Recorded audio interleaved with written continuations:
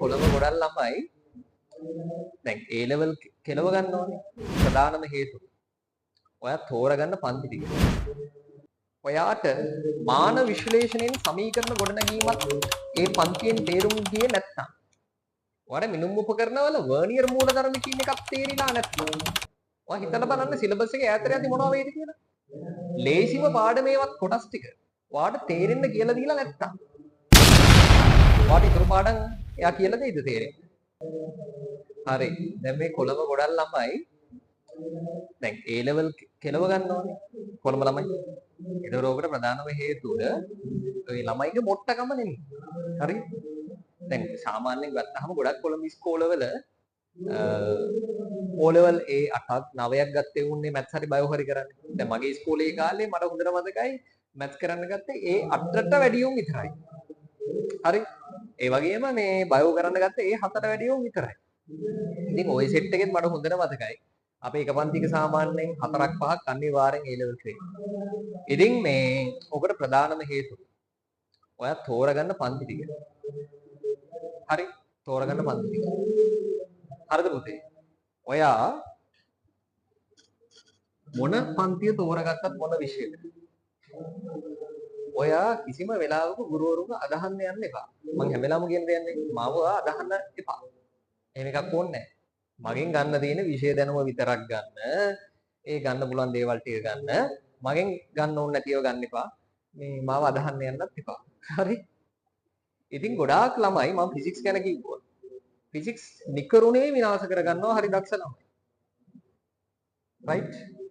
මේ හොඳ දක්ෂ ළමයි. ඒ එකක් ගන්න පුළුවන් ළමයි මේ විෂය එක ෆේල් කරගන්නවා S එකක් ගන්නවා. එහෙම තමයි මේ ෆිසික්ස් එපා වීම නිසා A levelම එපා කරගන්නවා. මේ ඉල්ලම් කන්නේ මේක. ඉල්ලගෙන මේක විනාශ කරගන්නවා. රයිට්? ඉතින් මේකට ප්‍රධානම හේතුව තමයි ඔයාට ගැළපෙන පන්තිය තෝරගන්න නැහැ.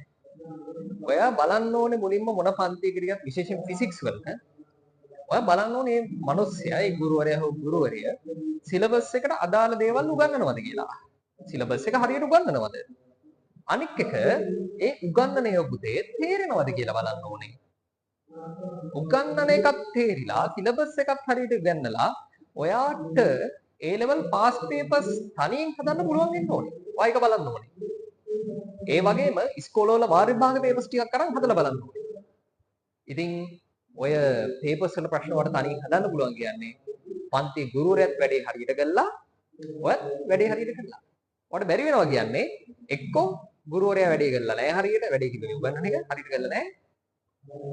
එහෙම නැත්නම් එයා හරියට උගන්වලා ඔයා ඔයාගේ වැඩේ කළා නැහැ. එහෙම නැත්නම් එයා උගන්වලත් නැහැ ඔයා වැඩේ කළත් නැහැ.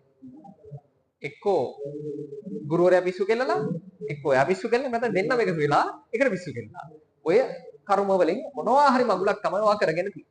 ඒක හින්දා වහාම වෙනස් වෙන්න ඔයාට පන්ති උගන්වන්නේව තේරෙන්නේ නැත්තම් ඔයා හිතලා බලන්න ඔයාට මාන විශ්ලේෂණයෙන් සමීකරණ ගොඩනැගීමත් ඒ පන්තියෙන් තේරුම් ගියේ නැත්තම් ඔයාට මිනුම් උපකරණවල වර්නියර් මූලධර්ම කියන එකක් තේරිලා නැත්තම් ඔයා හිතලා බලන්න සිලබස් එකේ ඈතට යද්දි මොනවා වෙයිද කියලා.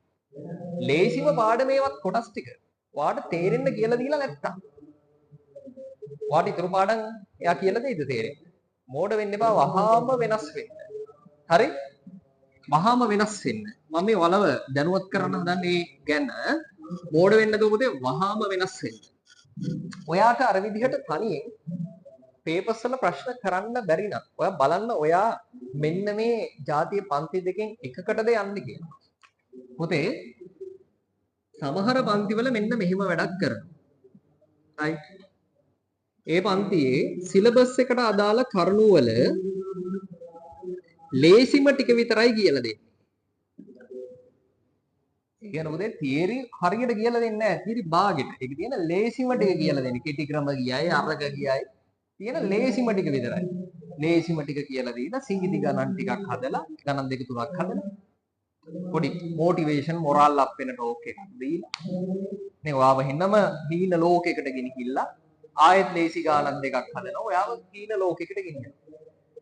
ඉතින් ඔය ටයිප් එකේ පන්තියකට ගියාම පුතේ ඔයා කවදාවත් ඔයාගේ විභාග මට්ටමේ ගානක් හදලා නැහැ. ඔයා හැමදාම ලේසි ගානක් හදන්නේ. ලේසි ගණන් කීපයක් හදන්නේ. ඔයා හිතනවා මේක හරිම ලේසි දෙයක්, සරල දෙයක් කියලා. සිංගිති ගණන් ගොඩක් හදලා බොරුවට මොරාල් එක අප්ප කරගෙන ගෙදර යනවා. කිසිම පාස් පේපර්ස් ගානක් තනියෙන් හදන්න බෑ. තනියෙන් ප්‍රශ්නයක් කරගන්න බෑ. විභාග මට්ටමේ ප්‍රශ්න කරන්න බෑ. ඔයා ඒ ලෙවල් වල මට්ටමවත් දැනගන්න නැතුව සිංගිති දේවල් විතරක් කර කර ඉන්න නිකන් විභාගය එන ගන්නවා. අනේ පුතේ ඒ දේ කරගන්න එපා. ඒකටයි මේ දැනුවත් කරන්නේ. පුතේ තවත් පන්ති තියෙනවා. එයා සිලබස් එකේ හරිම ලෙවල් එක ටච් කරනවා. එයා සිලබස් එකේ හරිම ලෙවල් එක ටච් කරනවා. හැබැයි පුතේ එයා කියලා දෙන ඒවා තේරෙන්නේ නැහැ. ඇයි කෙනෙක් මොන හරි දෙයක් හරියට දන්නවා එයාට ඒ දේ තව කෙනෙක්ට පැහැදිලි කරලා දෙන්න පුළුවන්. එහෙම වෙන්න ඕනේ. පුතේ කෙනෙක්ට දෙයක් හරියට පැහැදිලි කරලා දෙන්න බැරි නම් තව කෙනෙක්ට ඇයි එහෙම වෙන්නේ? එයාගේ විෂය දැනුම පරිපූර්ණ නැහැ, සම්පූර්ණ නැහැ. උගන්වන්නේම තේරෙන්නේ නැහැ. සමහර ගණන් ඇතුලේ පුතේ අපි තියරි පැත්තකින් තියමුකෝ. තීරිත් හරියට තේරෙන්නේ නැහැ. සමහර ගණන් ඇතුලේ පුතේ මොකද්ද වෙන්නේ කියලා දන්නේ නැහැ. එයා එහෙන් ලියනවා, මෙහෙන් ලියනවා, කපනවා, කොටනවා, උත්තරේ ගන්නවා. හරි පාත් එකකට හරියට හිතලා එයා ගානක් හදන්නේ නැහැ. එයාගේ මතකේ තියෙන පියවර ඔස්සේ ගාන ඔහේ හදනවා. ඔයත් අහක් කරලා බලාගෙන ඉන්නවා. ඔයා මැජික් බලනවා.